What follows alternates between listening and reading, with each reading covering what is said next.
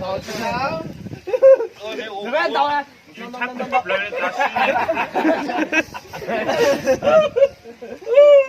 Nhưng mà đi tôi đây, ít tôi dưới. Còn gì một tiếng?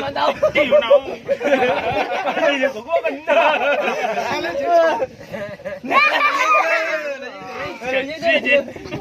Trời thôi, chống cho khách sạn.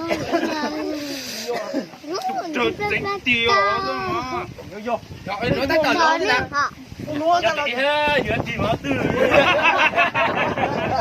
Tiêu à.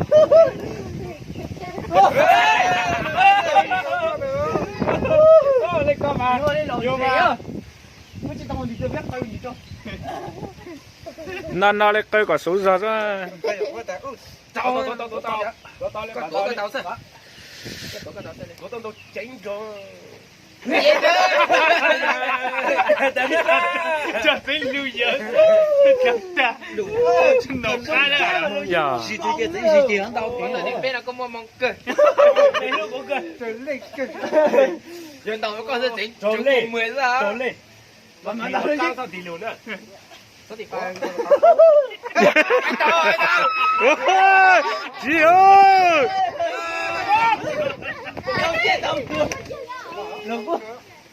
Tiêu gì mới chửi.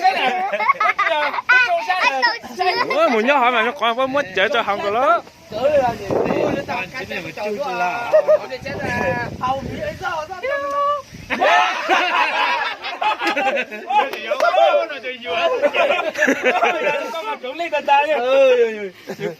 Tỷ là tỷ quá. hầu chưa rất hầu nên tao chỉ biết được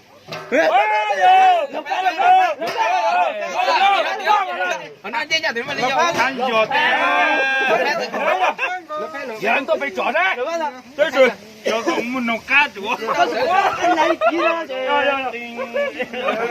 Giờ cũng muốn nấu cá chủ chứ. Càng chủ.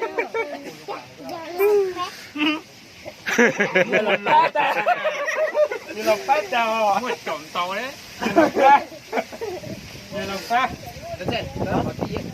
Cái gì đâu? Đâu?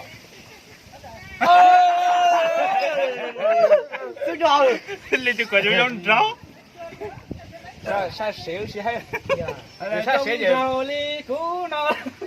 Sao này sao lang có à cá để tính dùng chả đấy rồi. cho số từ trong bụng cũ